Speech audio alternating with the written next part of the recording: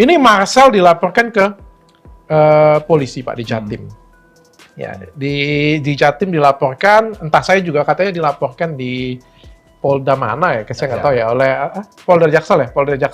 Polda Jaksel oleh Asosiasi Dukun Indonesia Pak. Ya. Emang bisa Pak kena itu? Begini, saya menyampaikan dulu ya, hukum itu adalah senjata yang sangat mematikan. Dia sama seperti pistol ataupun pisau. Saya contohkan pisau aja sederhana. Pisau itu diciptakan untuk kita gampang untuk potong sayur, potong daging, digunakan keperluan kita. Tetapi ketika berada di tangan yang salah, umpamanya saya bisa pakai untuk menodong Dr. Richard Lee untuk menyerahkan uang.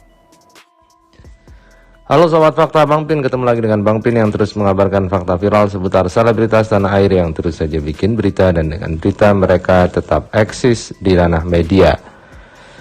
Firdaus nampaknya kalah telak dari sisi hukum. Hal ini ditinjau dari laporan Firdaus yang melaporkan pesulap merah dan juga banyak orang yang lain. Sekitar 11 laporan sudah dikirim oleh Firdaus. Namun ternyata laporan-laporan itu cacat secara hukum.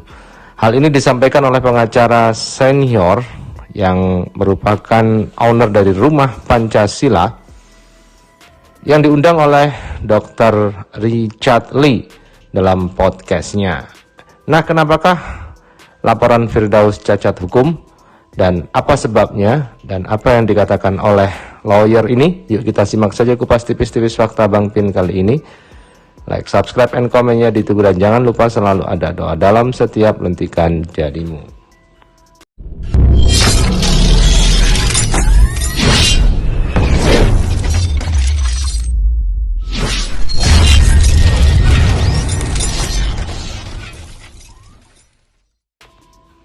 Ini Marcel dilaporkan ke polisi Pak di Jatim.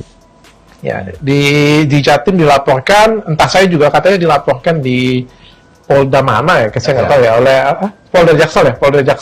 Polda Jaksel oleh Asosiasi Dukun Indonesia Pak. Ya. Emang bisa Pak kena itu? Yang melaporkan asosiasi dukun tidak bisa. Bisa. Nah, begitulah.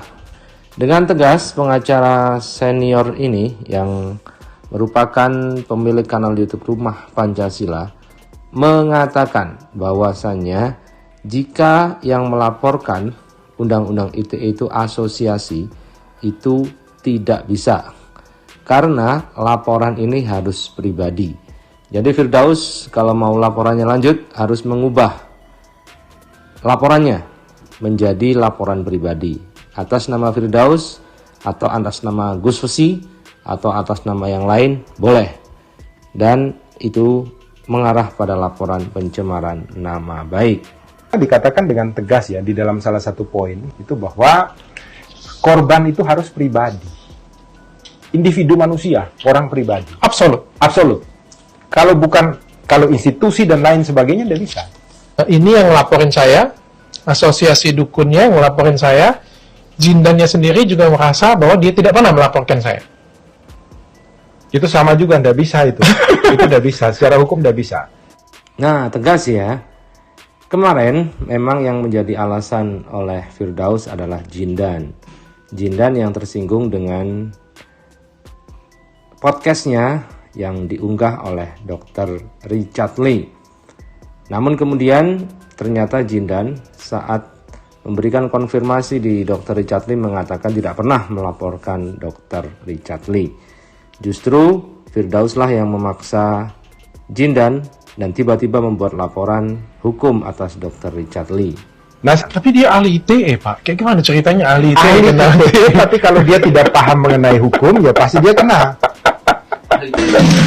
Ya. Ahli telematika, beda ya? Iya, pengacara yang masuk penjara juga banyak. Oh iya, Iya kan? Dan kami juga akan meminta maaf jika kami ada kekeliruan. Gitu. Karena lama-lama saya ini viral banget ini. Ya kalau terus-terus begini 4 bulan lagi saya bisa jadi artis terkenal. Nah, begitulah. Firdaus Oiwobo pun akhirnya karena merasa bahwa laporannya ini tidak akan jalan, dia pun akhirnya meminta untuk orang yang dilaporkannya itu minta maaf kepadanya. Dan Gus Besi cuma tertawa-tertawa mendengar pernyataan dari Firdaus. Terkenal. Tapi katanya kalau selama pengacara itu membela kliennya, dia bebas hukum. Oh tidak, dengan itikat baik di sana ada dikatakan. Jadi hanya ketika pembelaan itu dilakukan dengan itikat baik, maka otomatis dia tidak bisa dipidana. Ketika itikatnya buruk, dia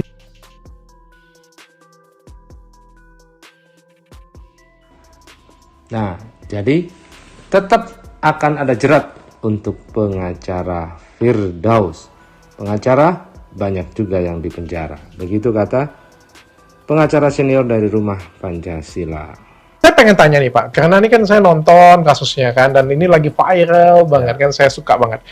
Ini Marcel dilaporkan ke polisi Pak di Jatim. Ya, di Jatim dilaporkan, entah saya juga katanya dilaporkan di Polda mana ya, saya nggak tahu ya, oleh Polda Jaksel ya, Polda Jaksel oleh Asosiasi Dukun Indonesia Pak. Ya. Emang bisa Pak kena itu? Begini, saya menyampaikan dulu ya, hukum itu adalah senjata yang sangat mematikan. Dia sama seperti pistol ataupun pisau. Saya contohkan pisau aja sederhana. Pisau itu diciptakan untuk kita gampang untuk potong sayur, potong daging, digunakan keperluan kita. Tetapi ketika berada di tangan yang salah, umpamanya saya bisa pakai untuk menodong Dr. Richard Lee untuk menyerahkan uang. Ketika saya jengkel dengan dokter, saya bisa pakai untuk membunuh dokter. Akhirnya dengan alat yang sama bisa sangat berguna, tapi juga bisa sangat berbahaya. Hukum itu diciptakan dalam rangka untuk Melindungi masyarakat. bukan melindungi sebenarnya.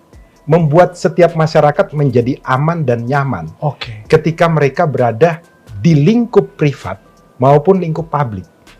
Bayangkan kalau tidak ada hukum, ambil handphone ini dianggap pencurian atau perampokan. Dr. Richard Lee tidak bisa tidur nyaman di rumah, pasti dipagari semua. Karena Oke. orang yang kuat akan masuk ke dalam rumah. Oke. Jadi hukum itu sebenarnya untuk menatah ketertiban di dalam masyarakat. Membuat kita hidup itu jadi lebih nyaman. Menjadi lebih nyaman, lebih itu hukum. tenang. Lebih tenang, lebih damai, dan lain sebagainya. Sama seperti pisau. Karena tadi. aturannya jelas. Betul. Sama seperti pisau. Makanya timbullah kesepakatan dalam masyarakat ini harus dikelola oleh sebuah institusi yang dipilih bersama. Oke. Dalam hal ini ditunjuklah negara. Oke. Negara menunjuk institusinya penegak hukum, salah satunya adalah Polisi Negara Republik Indonesia. Oke. Makanya fungsinya dia adalah melindungi, mengayomi, dan melayani setiap masyarakat yang ada. Fungsi daripada polisi. Nah, bayangkan ketika dia sudah diberikan kekuasaan untuk memakai sebuah aturan, kemudian dia memakai itu bisa untuk mencelakakan orang lain, merugikan orang lain, dan lain sebagainya. Oleh karena itulah maka dibuat aturan-aturan supaya anggota kepolisian ini tidak bermain di dalam melakukan hukum. Aturan pertama ada di dalam KUHP, Kitab Undang-Undang Hukum Acara. Itu mengatur tentang bagaimana polisi melakukan sebuah proses ketika ada laporan, kemudian mencari alat-alat bukti dan lain Ada sebagainya. SOP-nya lah ya. Ada SOP-nya. Ada tahapan-tahapan yang harus Betul. dilakukan Tidak boleh dilanggar. untuk mengurangi kesalahan. Betul.